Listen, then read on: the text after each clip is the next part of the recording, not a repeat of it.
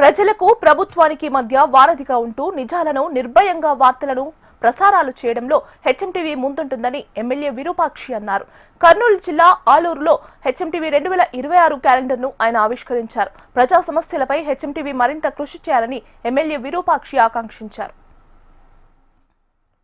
నూతన సంవత్సరం 2026 సంవత్సరం క్యాలెండర్ ఓపెన్ చేసిన దానికి చాలా సంతోషంగా ఉంది.